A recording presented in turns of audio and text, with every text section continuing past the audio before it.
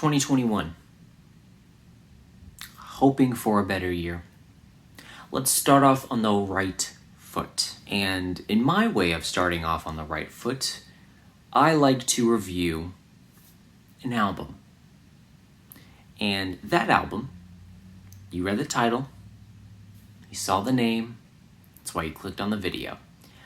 I'm going to be talking about a record that, in my mind, is actually very much underappreciated in its respective genre, and that is the 2010 4-Tet record, There Is Love in You. A little backstory before diving headfirst into this project. Kieran Hebden is an electronic artist hailing from the UK, and I think people forget how enigmatic Hebden was in the 2000s. He only released 3 studio records throughout that decade. 2001's Pause, and then following that would be 2003's Rounds, and then 2005's Everything's Static. These formative years of Hebden's career would be some of his more impactful throughout his entire catalog. There was a 5-year gap between 2005's Everything's Ecstatic and this record, There Is Love in You, where Kieran's turn towards MICROHOUSE was a little off-putting to those who were really fans of his 2000s work. But Hebden was more focused on proving that there was a new era for 4-Tet and the music that the project is making. Because after the release of this project, he would then go on to release about 4 other records in this same vein. I will be blunt,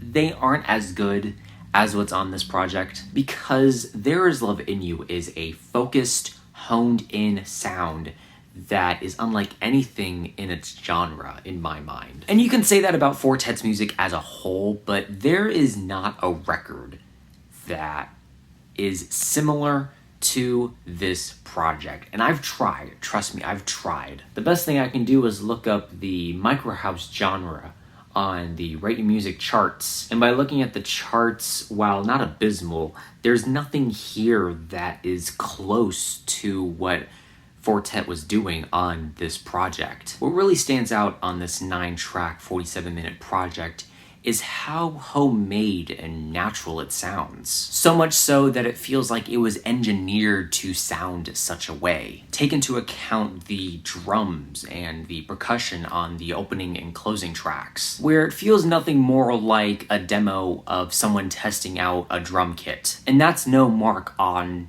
Kieran himself, because the way the kicks and the hi-hats are placed on these tracks in particular enhances the overall experience of the song. You can find IDM rhythms and drum patterns on some of the other tracks on this project. Take into account the penultimate track. You're gonna find something that suits your fancy on this project either way, but what's even more impressive than the drum rhythms and patterns on this project are the samples that are incorporated into a bulk of the tracks. The opening moments of the track Sing, which are these prickly synth notes that Kieran cut up and just put together randomly onto the DAW that he was working on. Love Cry also uses sampling as well, with its reversed bass tones that are enveloping the first portion of the track, and most notably the vocals that are incorporated, the very haunting and chilling vocal samples that are incorporated on this track that call to the title. Love Cry,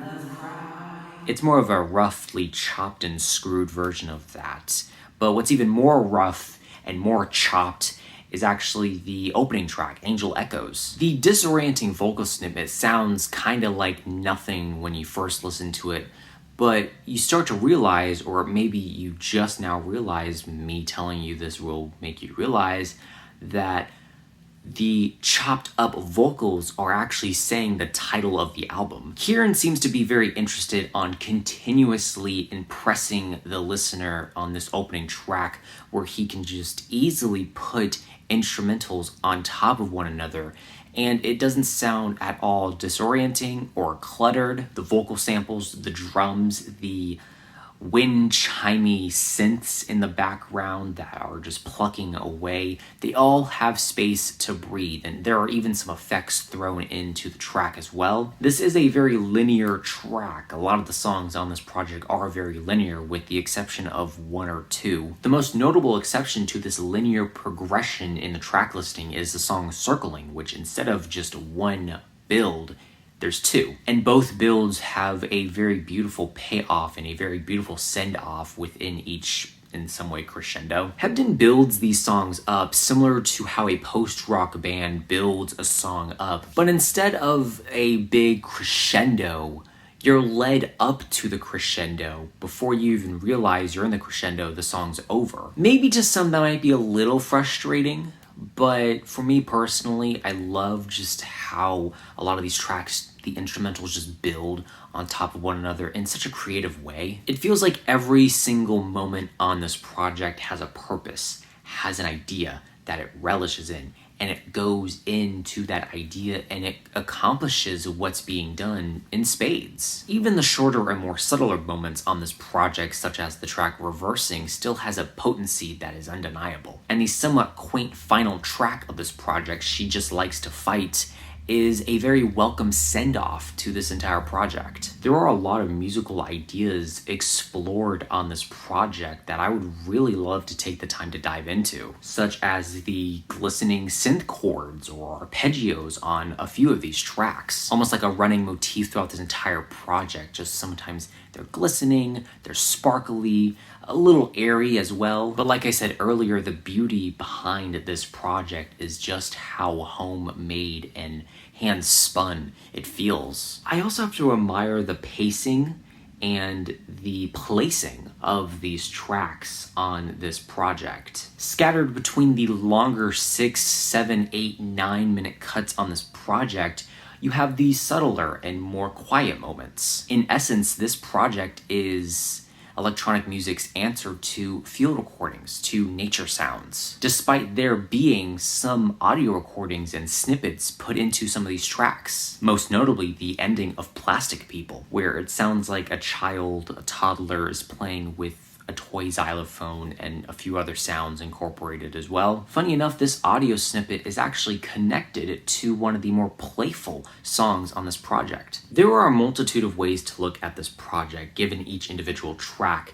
There are songs on here that sound quaint, lush, quiet, sublime is another way I could describe it. Other parts of this record being sorrow, almost mournful as well. There are also some atmospheric moments on this record too, and overall, this project, just from front to back, is near flawless. The 47-minute runtime of this project is divided up very cleanly within these songs, and I cannot deny the beauty behind this project, despite there being such a simple presentation and backdrop to a lot of these songs. The way Kieran can take these samples and drums and keyboards and synthesizers and craft them into something that's so beautiful yet so simple is so awe-inspiring. Despite this album being a decade in the past, there is something so refreshing and blissful and sublime about this record that can't be found on other projects. Even other Hebden projects under the Fortet name. I don't think he's come close to reaching this high. And will he ever? I can only hope. But for what it is, this record is a must listen, especially in the genre of microhouse and IDM as well. Despite this record sounding so pristine and beautiful and lovely and just serene, there is still some aspect of boundary pushing that was exhibited on Hebden's earlier projects, most notably Rounds. No, it's not the same kind of boundary pushing you would hear on some kind of experimental release. However, this project it pushes a boundary of beauty that hasn't been pushed in a while. Personally, there hasn't been an album that's pushed the genre of microhouse to a more pristine and more sublime level. This album exposes a more artful side to microhouse that might have gone just slightly unnoticed within this decade without this project. But again, as this album stands, a must listen for the genre and a record that I think deserves more praise and more attention. God, listen to this. And that is going to wrap up this retrospective review of the 2010 quartet record, There Is Love in You, if you forgot the title and what you're watching at this point. Thank you so much for watching. I hope you enjoyed. Leave a like, comment, share, do whatever you want. Let me know your thoughts and opinions on this project down below, and let me know how I can improve future videos down below. And remember, this is only my opinion, because music, of course, is subjective.